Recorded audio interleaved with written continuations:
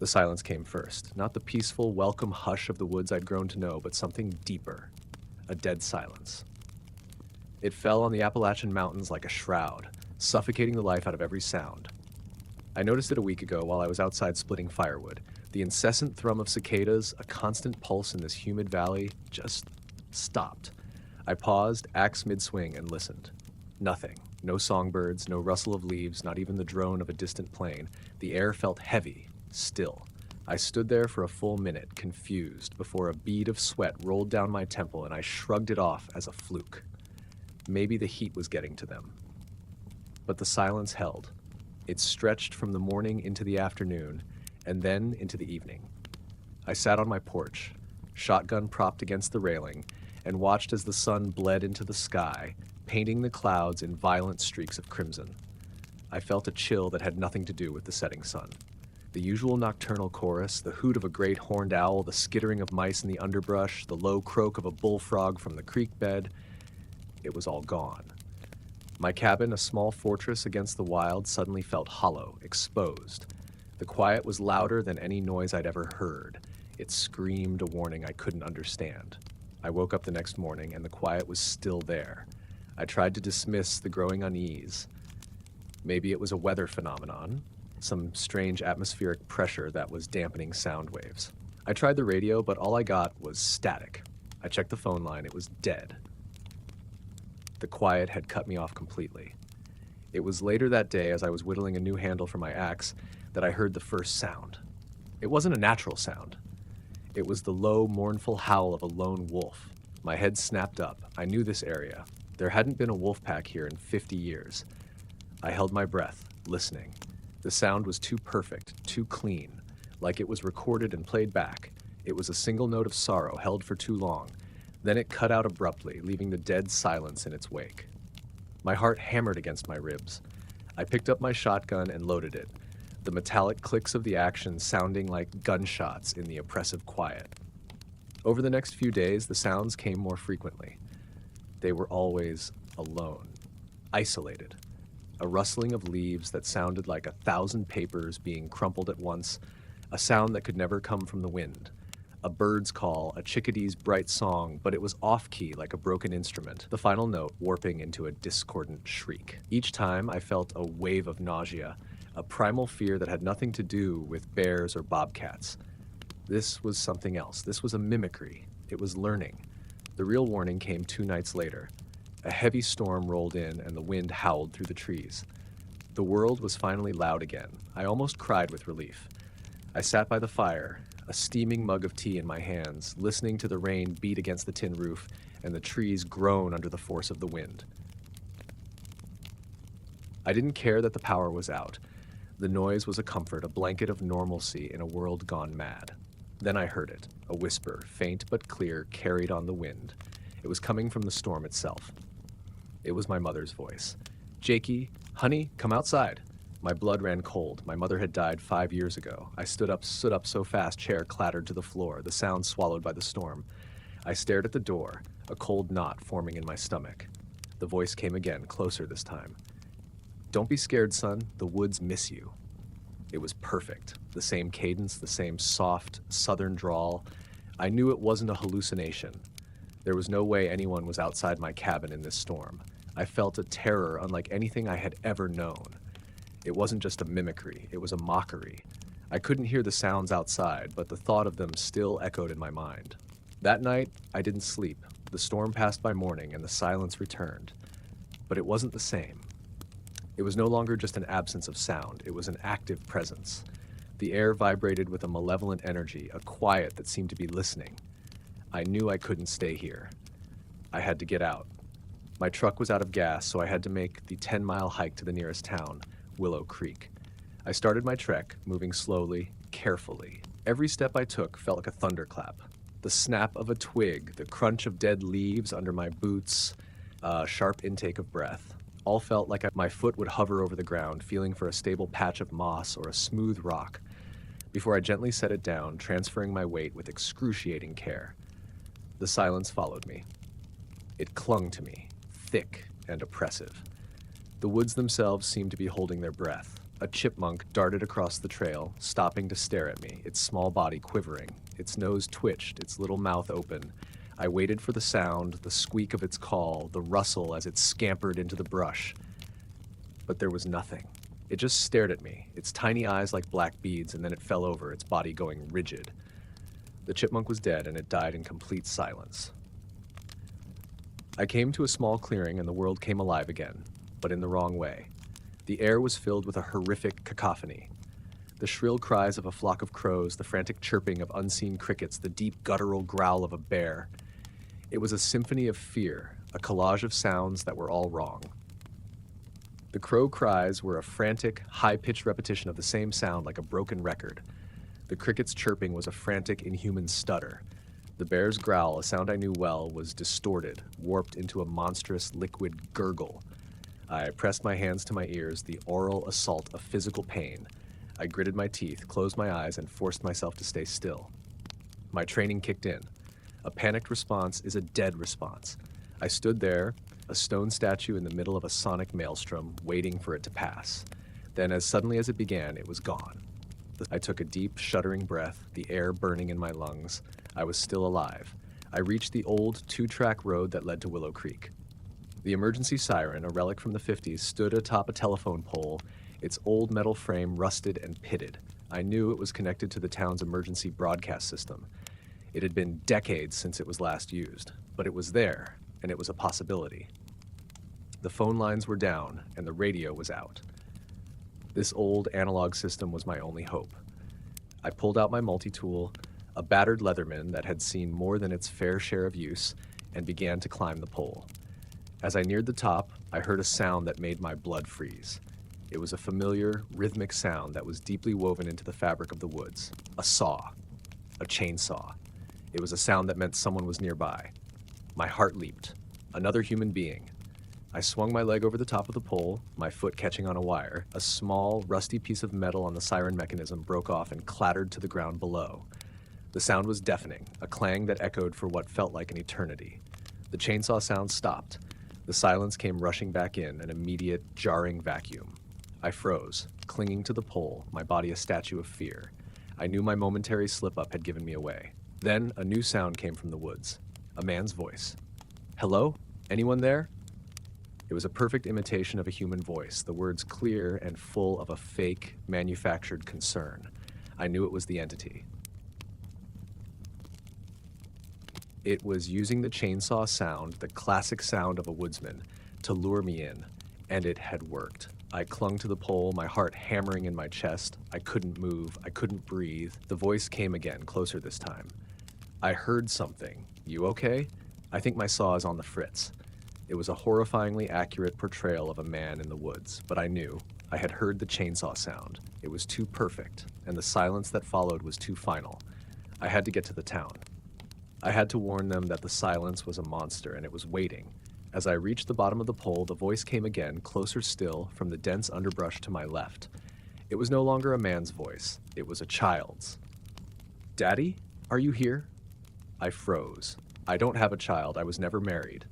The entity knew this, of course. It was a psychological attack, a twisted game of cat and mouse. It was trying to get me to make a sound, any sound that would reveal my location. It was using a sound that represented my greatest regret, the family I never had. I clenched my fists, my knuckles white. I was not going to give in. I was not going to let it break me. I had to make it to Willow Creek. I had to reach that siren. I had to get the word out. I crept forward, my body low to the ground, moving as silently as a ghost. The world was still. No birds, no insects, no wind. Only the silence and the knowledge that I was being hunted. The path to Willow Creek was a long one, and I knew I had to be perfect with every step. I was in its territory now. I was in the territory of the hush, and it was listening. I had to get to that siren. I had to make noise. The right kind of noise. The final sound I heard before I made it to the edge of town was a loud, high-pitched ringing, like a fire alarm, but it was off-key, warped. Then a car horn, a short, frantic beep-beep-beep that sounded like a dying cry. It was showing me what it had done to the town. It was telling me I was too late. I emerged from the woods, my heart in my throat, and stared at the empty, silent streets of Willow Creek. The world was still. The streets of Willow Creek were as still as a painting. Not a single car was on the main road. The asphalt cracked and stained with oil that had long since dried. The windows of the storefronts, the diner, the general store, the old post office were dark, reflecting the flat gray sky. A tricycle, bright and possibly out of place, lay on its side in the middle of a crosswalk, its wheels perfectly still. There was no wind, not a whisper of movement. The only sound was the frantic thumping of my own heart, a drumbeat of pure panic. I crept down the main street, my senses on high alert. It was a vacuum, a perfect, final silence. I approached a car parked crookedly in front of the general store. The driver's door was ajar. I peered inside, my hand on the cold metal of the shotgun. The keys were still in the ignition. A half-eaten bag of chips lay on the passenger seat, the crumbs a testament to a life that had been interrupted without warning. There were no bodies, no signs of a struggle, just the ghost of a person, abruptly gone. I recoiled, a wave of nausea washing over me. Whatever this thing was, it didn't leave a body. It left an absence. I walked to the police station. The front door was unlocked. The lights inside were off. The rooms plunged into a twilight gloom. I eased the door open and stepped inside, my footfalls swallowed by the silence. The dispatcher's desk was empty. A radio sat on the console, its red light blinking, a single rhythmic pulse. I approached it slowly, my hand shaking. The blinking light was the same pattern I had seen in my mind's eye, the same triangular pattern. This was it. The source of the emergency signal. I leaned over the console, my ear to the speaker, and heard it, faintly beneath the static, a single word repeated over and over. Run. The voice was a woman's.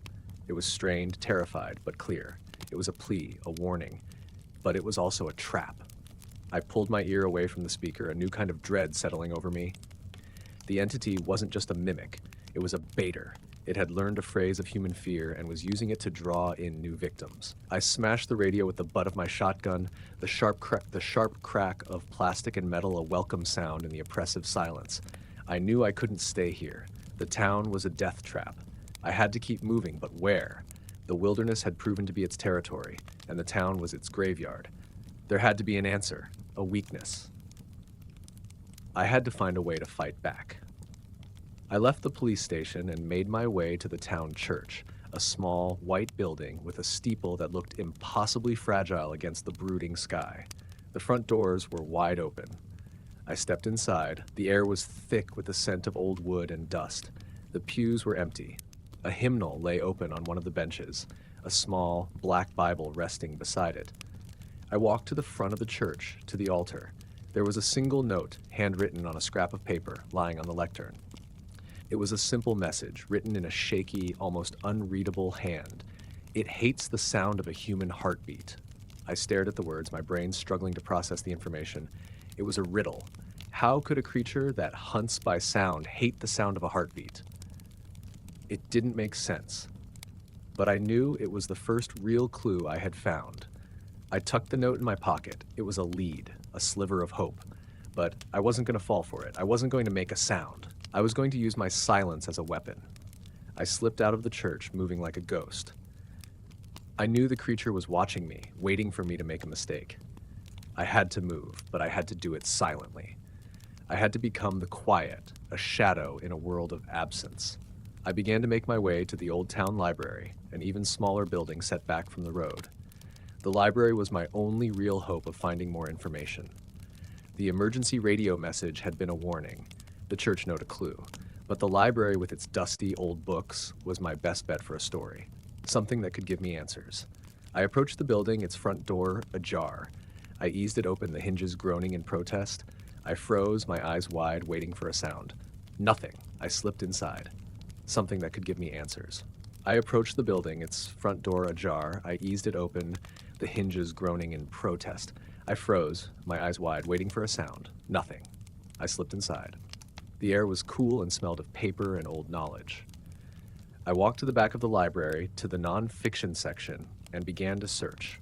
I was looking for anything on local legends, ancient myths, anything about the Appalachian Mountains and their forgotten lore. I came across a small leather-bound book, its cover faded and worn. The title was embossed in gold lettering that had long since lost its luster, Appalachian Legends and Lore.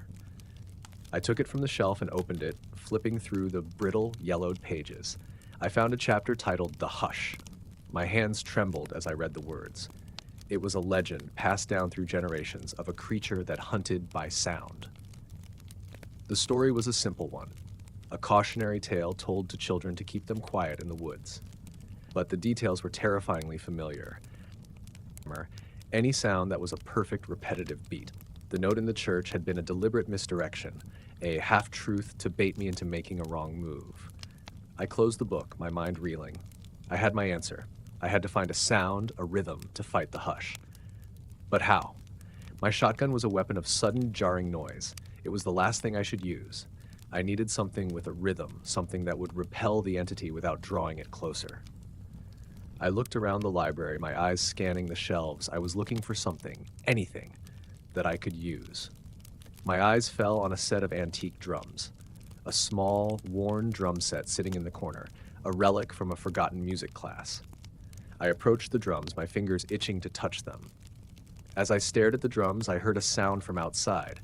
It was a woman's laugh, a bright, cheerful sound that was deeply out of place in this silent town.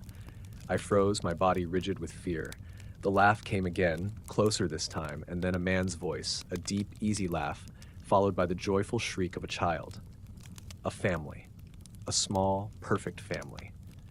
They were laughing and talking, their voices a joyous bubble of life in a world of death. They were coming toward the library. My heart hammered against my ribs. I knew they were not real. The entity was using my deepest wish, my greatest longing, a life with a family, against me. It was a new, crueler trap. It was forcing me to choose between my own survival and a hallucination.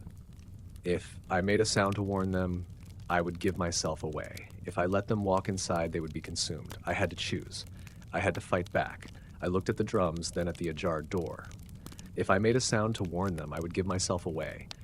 If I let them walk inside, they would be consumed. I had to choose. I had to fight back. I looked at the drums, then at the ajar door. The sounds of the family were getting closer. I had to act now. I walked to the drum set, my movements slow and deliberate. I took a deep breath, and with a single controlled motion, I picked up a drumstick. My hand was shaking, but I held it steady. I had to be perfect. The beat had to be a perfect, unwavering rhythm. The door creaked open, and the laughing voices grew louder. I took one last deep breath, and then with a slow, deliberate motion, I brought the drumstick down. The sound was a single, pure beat, a heartbeat of a sound. I hit the drum again, a steady, rhythmic pulse. The sound echoed in the empty library, a defiant note of life in a world of death. The voices outside stopped. The silence came rushing back in. I kept hitting the drum, a steady, unwavering rhythm. It was no longer a suffocating void. It was a backdrop, a dark canvas against which my beat was a single, stubborn point of light. I kept the rhythm steady, a slow, methodical thump, thump, thump, thump. My hands, though calloused from years of manual labor, were beginning to ache. But I couldn't stop. The moment I paused, I knew the silence would rush back in, a tidal wave of terror. The voices outside the library were gone. The sounds of the laughing family, the sickeningly perfect mimicry, had vanished. The lure was gone because the lure had failed. I stood there for what felt like an hour, my beat a continuous pulse against the oppressive quiet. Then the silence began to fight back. It didn't make a sound. It didn't have to. It began to bend the air itself. A low hum, a vibration that I felt in my teeth and the soles of my feet, began to resonate from the walls.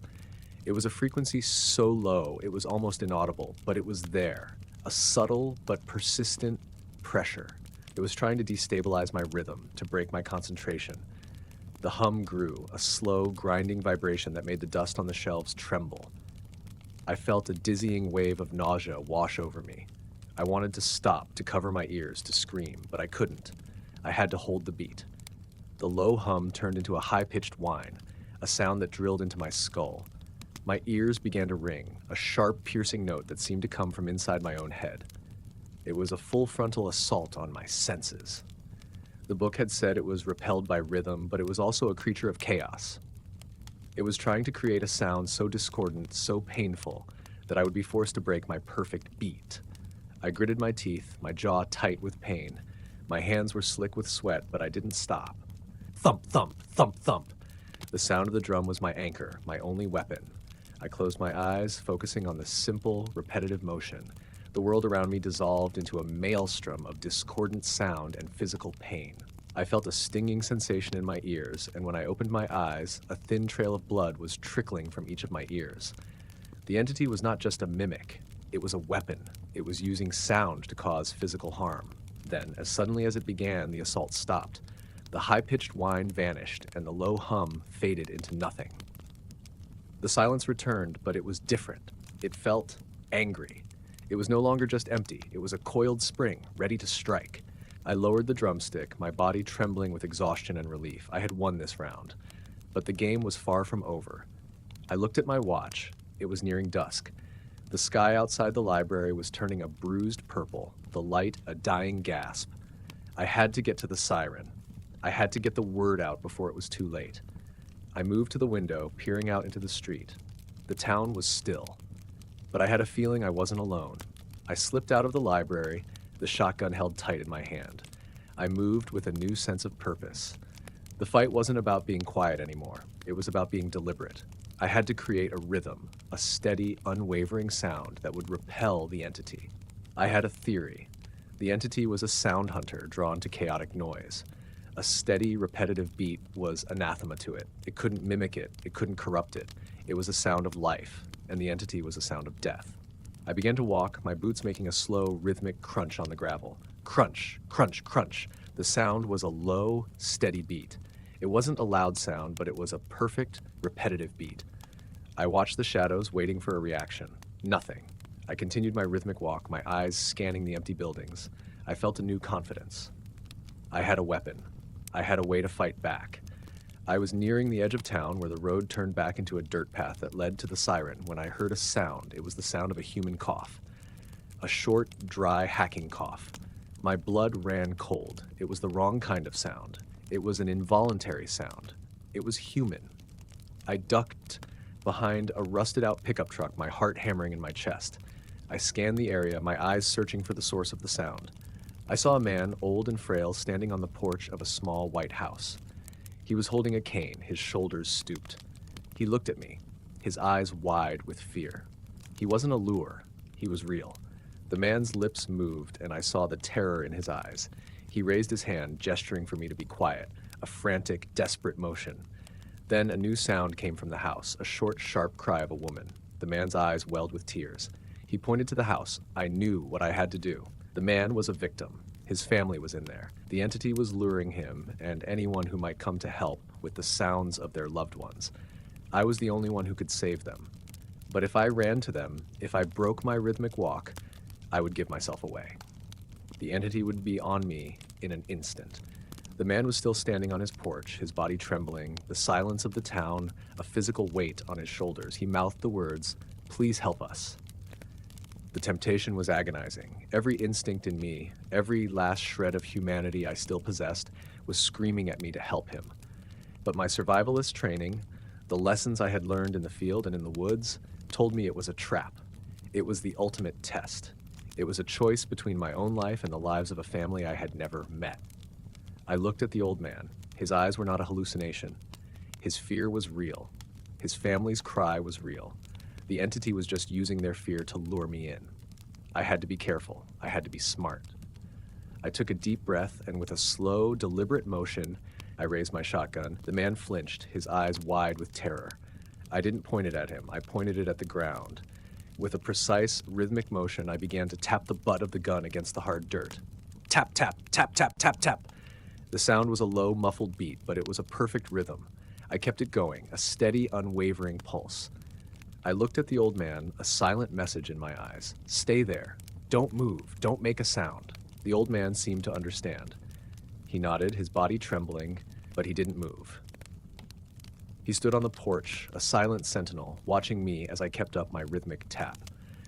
I began to move toward the house, my rhythmic walk and rhythmic tapping a symphony of defiance. I neared the front door, my heart pounding in my chest. The sounds from inside the house grew louder, a woman's high-pitched scream, a child's frightened whimper. They were sounds of pure terror, but I knew they were just bait. I ignored them, my focus on the steady beat of my gun butt against the dirt. Tap, tap, tap, tap. I reached the front door, and with a final desperate burst of strength, I kicked it open. The sound was a thunderclap, a jarring, chaotic noise. I knew I had broken my cover, but I had no choice. I had to get inside. I burst into the house, my shotgun raised, my eyes scanning the room. The living room was empty. The television was on, a flickering blue light illuminating the room. On the screen, a news broadcast was playing, a grim-faced woman in a suit talking about a sudden and unexplained silence. The sounds of the woman and child were coming from the television. It was a recording. It was another trap. I felt a surge of rage. The entity wasn't just a monster. It was a sadist. It was toying with me, using my humanity as a weapon against me. I turned to look out the window at the old man, but he was gone. He had never been there. The old man, the house, the TV, it was all a projection, a perfect illusion. I had fallen for it. I had broken my silence, broken my rhythm. I had walked straight into the trap. The silence rushed back in, but this time it was a predator, not a backdrop. It had me. I felt a cold dread settle over me. I was a fish in a barrel. A single sound had been my undoing. I had to think fast. I had to get out of the house. I turned and ran for the front door, but as I reached it, the door slammed shut in my face. The sound was deafening, a final metallic clang. The entity was in the house with me. I stood in the center of the living room, my body rigid with fear. The lights went out. I was plunged into a total, disorienting darkness. I could feel the entity's presence now. It wasn't just outside, it was in here with me. I could feel its cold, malevolent energy, a quiet that seemed to vibrate the very air. I heard a sound from the kitchen, a low, guttural growl that was not a mimicry, but a real sound. It was the entity. It was close. I raised my shotgun, my finger on the trigger. I knew I couldn't beat it with noise, but I could go out with a bang. A single final sound, the last sound I would ever make. I closed my eyes, a silent prayer on my lips. Then I heard it, a single beat, a slow, rhythmic thump. It came from the back of the house, from a bedroom. A single, rhythmic sound. It was not a mimicry, it was a heartbeat, a slow, steady, rhythmic beat. I felt a new surge of hope. It was a new clue, a new weapon. I wasn't alone. There was someone else here, someone who had found the same book as me, someone who knew the secret. I turned and ran for the sound, my body a silent, terrified missile. I was no longer fighting alone. I was no longer a lone drum in the wilderness. I was a man on a mission, and I was going to find the person who was making that sound. The heartbeat was slow, steady, and utterly perfect. It was a single, rhythmic pulse that cut through the oppressive silence, a beacon in the disorienting darkness. I didn't know who was making it or how. All I knew was that it was a sound of life, a sound the entity couldn't stand. I moved toward it, my body low to the ground, my movements a silent ballet. The air in the house was heavy, thick, with a malevolent energy, a quiet that seemed to vibrate with a predatory intent. I could feel the entity's presence, an invisible, cold weight pressing down on me. It was in here with me, a predator in a hunting ground it had perfectly prepared. I moved from the living room into a long, dark hallway. The heartbeat was stronger now, a low, rhythmic thump-thump that was coming from a room at the end of the hall. I crept forward, my hands extended, feeling my way through the blackness. My senses were on high alert. I was a hunter now, not just the hunted. The house was no longer just a death trap. It was a battlefield. I was going to find the source of that sound, and I was going to use it to fight back. I reached the door at the end of the hall. It was ajar, a sliver of darkness that seemed even deeper than the hallway. The heartbeat was a physical presence now, a vibration I felt in my chest.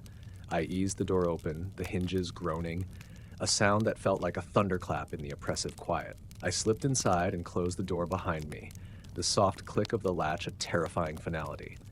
I was in a bedroom. The air was filled with the scent of old wood and dust. In the center of the room, a small black object lay on a bed. I moved closer, my heart pounding in my chest, and I saw it. It was a small, round, plastic metronome. A metronome. A small device used to keep a steady beat. It was ticking, a slow, rhythmic tick-tock. It was not a heartbeat. It was a machine. My heart sank. It was another trap. The entity had lured me into a smaller space, a contained room where it could corner me. I felt a surge of cold terror, a feeling of utter defeat. The entity had won. It had outsmarted me. It was not a physical beast. It was a master of psychological warfare. It was playing with me, toying with me, using my hope against me. Then I heard a new sound. It was coming from the metronome, a small, high-pitched scratching. It was like a tiny rodent trying to get out of a box. I leaned closer, my eyes wide with a new kind of terror. The scratching grew, a frantic, desperate sound. The metronome wasn't just ticking, something was inside of it. A living thing. Then a voice, a small, tinny whisper came from the metronome. Don't make a sound. It was a child's voice, a real child's voice. It was terrified, muffled, but it was real. I knew it. The entity had somehow captured a child, a real, living child, and had placed it inside this metronome, forcing it to make a rhythmic sound. The child was a battery, a living weapon, and the entity was using its fear and its life force against me. The ticking was its heartbeat, its panicked, rhythmic pulse. The entity was torturing this child, using its terror as a weapon. I felt a surge of rage, a white-hot fury that burned away the fear. This wasn't a game. This wasn't a test. This was pure evil. I raised my shotgun, my hands trembling with a rage that had nothing to do with fear. I was going to break that metronome. I was going to kill the thing that had done this, but the voice came again, louder this time. Don't. If you do, it will get us. I froze, the shotgun lowered. The child wasn't a lure. It was a captive. I couldn't just smash the metronome. I didn't know how to save the child, or even if it was possible to save it. But I knew one thing. I couldn't give up. I turned and ran from the room, leaving the metronome and its tormented prisoner behind. I ran back into the hallway, my heart pounding in my chest. I had to find a way to save that child. I had to find a way to fight back, not with rhythm, but with a new kind of sound. A sound of defiance. I ran to the kitchen, my feet silent on the cold tile floor. I found a drawer filled with old silverware, and with a single, furious motion, I pulled it out and dumped the contents on the floor. The sound was a horrific, chaotic cacophony, a jangling, metallic shriek that echoed through the silent house. It was the exact opposite of what the book had told me to do. It was a chaotic, jarring noise. The silence rushed back in, but it was different now. It was a physical thing, a crushing weight that seemed to press down on me from all sides. I felt a wave of coldness, a presence so close I could almost feel its breath on the back of my neck. I didn't turn around. I didn't have to. I knew it was there. I knew it was angry. Then a new sound came from the silverware. A low, guttural growl, a sound that was so wrong, so unnatural, it made my stomach churn.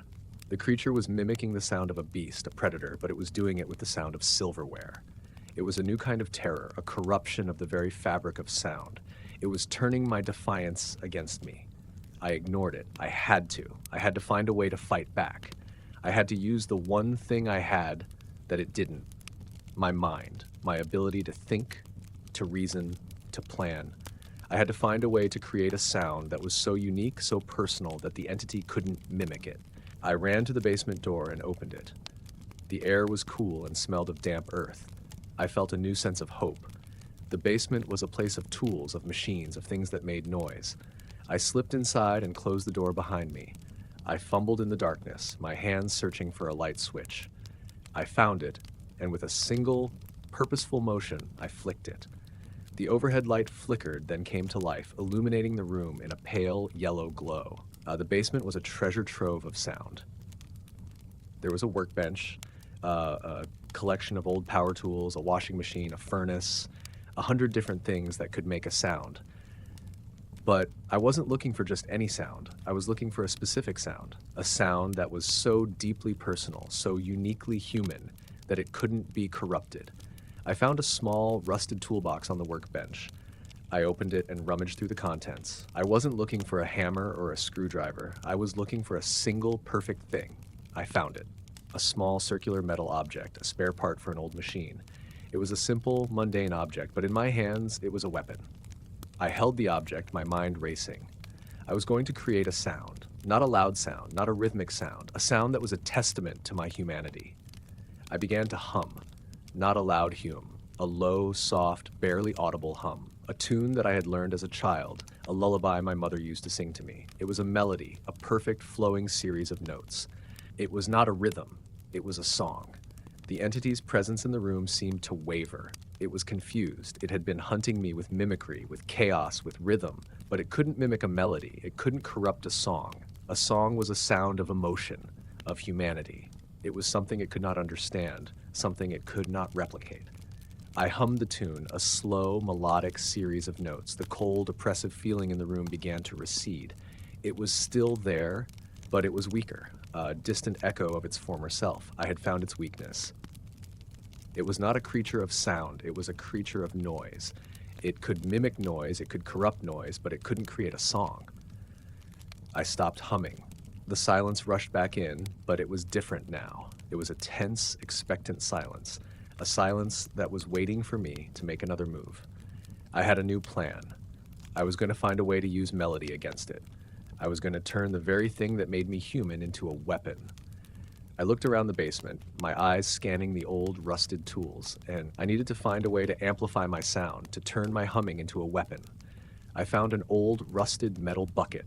I picked it up and held it to my mouth. I began to hum again, the tune of the lullaby, and the sound resonated inside the bucket, amplifying it into a low, mournful but clear melody.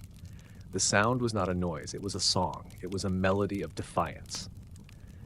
I moved to the basement door, my heart pounding in my chest. I knew the entity was waiting for me. I knew it was listening. I didn't care. I was going to sing. I was going to use my humanity as a weapon. I was going to fight back. I opened the basement door and stepped into the hallway, the sound of my humming echoing through the silent house. The oppressive feeling in the hallway seemed to recoil, to pull back, to flee from the sound of my song. I walked to the metronome, my humming a low, continuous melody. I opened the door and I saw the metronome on the bed, still ticking, but the high-pitched scratching, the sound of the terrified child. I reached out and picked up the metronome, holding it in my hands. It was cold and it was empty. The child was gone. The entity had taken it.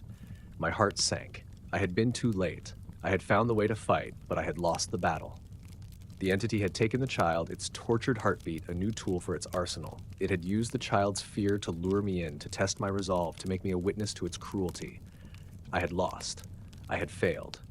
I stood there, the metronome in my hand, the low hum of my song, a hollow mockery. I had come to the town to warn people, but I was too late. I was a lone man in a silent world, and the monster was still out there. It was smarter than me, crueler than me, and I was just a toy to it. I dropped the metronome, the sound of its fall a muffled thud. I was done. I was tired of fighting. I was tired of being hunted. I was going to get on the road and walk until I dropped. I would go out with a bang, a shotgun blast. The last sound in the world would be the sound of my death. But then, as I stood there defeated, I heard a sound from outside. It was a car, a real car. The low rumble of an engine, the low hum of tires on asphalt. It was a sound of life. It was a sound of a world that was still out there, a world that was not yet lost. I ran to the window, my heart pounding in my chest. I was a fool to think I could fight this thing alone. I had to get to that car. I had to find a way to get out of this town to warn the world. I ran to the front door, my hand on the doorknob. I had to move now. I had to get out of this house, this tomb. I opened the door and stepped out into the night, the cold, silent air a shock to my lungs. I ran for the street, my feet pounding against the asphalt, my heart a drum in the silent world. I was not going to give up. Not yet. Not while there was still hope. I was going to get to that car. I was going to find a way out. I was going to find a way to fight back, not with rhythm, but with the one thing that the entity couldn't stand. A new sound. A sound, a different kind of life. A sound that was so uniquely human, so uniquely me, that it couldn't be corrupted. I was going to use my story as a weapon. My story of the silence, of the hush, of the monster that was hunting us all. I was going to tell the world about the hush, and I was going to turn my fear into a weapon. The car was a rusted-out Ford sedan, its headlights cutting a weak, stuttering beam through the darkness. It was a beacon of hope in a world of silent despair. I ran toward it, my feet pounding on the asphalt, the sound of monstrous thunder in the stillness. I didn't care. I was a human being, and I was going to make noise. I reached the car and slammed my hand against the passenger window. The driver was a young woman, her face pale and streaked with tears. She looked at me, her eyes wide with a mixture of terror and relief. She unlocked the door, and I pulled it open, sliding into the seat beside her. The air inside the car was thick with the scent of fear. She was trembling, her hands gripping the steering wheel so tight her knuckles were white. "What's happening?" she whispered, her voice a raw, terrified rasp. "The sounds, they're all gone." "I know," I said, my voice hoarse. "It's a creature. It hunts by sound. You have to be quiet." She nodded, her eyes darting to the rearview mirror. "I heard a sound," she said, her voice barely a whisper. "I heard a heartbeat. It was so faint, but it was a heartbeat. I followed it." My stomach clenched. "Where did you hear it?" "From an old house," she said, her voice shaking. "I heard it from the basement. I've been trying to get to it, but every time I get close, the sounds, they get louder." I knew what she meant. The entity was using the rhythmic heartbeat as a lure, a way to draw in new victims. It was a cruel, twisted game, and I had been a pawn. I looked at her terrified eyes, and I knew I had to tell her the truth. "It's a trap," I said, my voice low. "I was just in that house. The heartbeat. It's a metronome. The creature has a child trapped inside of it." Her eyes widened, a look of horrified realization dawning on her face. "A child?" She whispered, her voice breaking. "It's using a child?" "Yes," I said, my voice a grim whisper. "It's using its fear, its life force, as a weapon. We have to get out of here. We have to warn people." She started the car, the engine rumbling to life, a low, powerful sound that felt like a shield against the silence. We drove down the main street of Willow Creek, the headlights illuminating a ghost town. The world outside the car was still and silent, a terrifying emptiness. We passed the police station, the church, the library, and I felt a wave of despair. We were too late. The town was gone. "Where are we going?" she asked, her voice a small, terrified sound. "The nearest town," I said, my voice tight. "We have to find a way to get the word out. The creature is not just a monster of the woods. It's a monster of silence. It's spreading." She nodded, her eyes fixed on the road. We drove for what felt like an eternity, the silence outside the car a constant, suffocating presence. We were nearing the edge of the county, the road winding through a dense forest when we saw it. A roadblock. A line of police cars, their lights a silent, flashing symphony of blue and red. My heart leaped with hope. Other people. A sign of life, a sign of a world that was still fighting. The woman, whose name was Sarah, pulled the car to a stop and we both got out, our bodies trembling with a mixture of exhaustion and relief. The police officers were grim-faced, their bodies rigid with tension. They were all wearing earplugs, their guns held tight in their hands. A woman in a lab coat, her face pale and tired, approached us. "We've been waiting for you," she said, her voice low and calm. "We've been monitoring the signal, the heartbeat. We knew it was a lure. We knew someone would follow it. The child," I said, my voice shaking. "We have to save the child." "We can't," she said, her voice filled with a terrible sadness. "It's not a child, it's a recording. The creature is a master of mimicry. It's a monster of sound. It uses your hope, your humanity against you." My knees buckled and I fell to the ground, the cold asphalt a shock to my hands. All this time, all this fighting, all this hope, it was all a lie. I had been a pawn in a game I could never win. The child, the old man, the family, they were all a part of a cruel, twisted game. The woman in the lab coat knelt down beside me. "We've learned a lot from you," she said, her voice soft. "Your story, it's the key. The creature hates the sound of a human heartbeat, not because it's a rhythm, but because it's a unique sound. Every heartbeat is different. Every sound you make is unique." I looked at her, a new kind of despair settling in my heart. "Then what do we do?" I asked, my voice a broken whisper. "How do we fight it?" "We don't," she said, her voice grim. "We survive. We have a plan. We've built a bunker.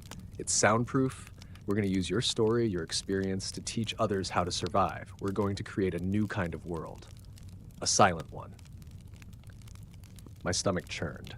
A silent world without music, without laughter, without the sound of birdsong, a world where every sound was a potential death sentence. I looked at Sarah, at her terrified face, and I knew what had to be done. We couldn't let them win. We couldn't let them turn the world into a tomb. I stood up, my body shaking with a new kind of resolve. I had a story. I had a weapon. I had to tell it. I looked at the woman in the lab coat. "I'm not going," I said, my voice low and firm. "I'm not going to live in a silent world. I'm going to fight." She looked at me, a mixture of pity and respect in her eyes. "You can't fight it," she said. I looked at Sarah. "Get in the car," I said, my voice a command. "We're going to make some noise." She hesitated for a moment, then nodded. She got back in the car, and I got in the driver's seat. I looked at the police officers, at the woman in the lab coat, and I knew they were all going to die. They were going to die in a bunker, in a world they had surrendered to a monster of silence. I was going to die with a song on my lips. I put the car in drive and pressed the gas pedal. The car's engine roared to life, a low, guttural growl that echoed through the silent forest. I pushed the car to its limit, the tires squealing on the asphalt. The sound was a symphony of defiance, a statement to the world that we were not going to go quietly. We drove back to Willow Creek, the headlights illuminating a town that was now a hunting ground. I was no longer a victim. I was a distraction. I was going to lure the creature to me, and I was going to give Sarah a chance to get away. I looked at her terrified face, and I knew it was the right thing to do. I saw it then, a dark, shapeless mass in the middle of the road. It was the Hush. It was waiting for me. I slammed on the brakes, the tires squealing, the sound a horrifying shriek that echoed through the night. The creature didn't move. It was just a silent black hole in the middle of the road. I looked at Sarah. "Go," I said, my voice a broken whisper. "Run. Get out of here. Tell them. Tell them about the Hush. Tell them about the man who fought it." She looked at me, her eyes filled with tears, and she opened the door and ran.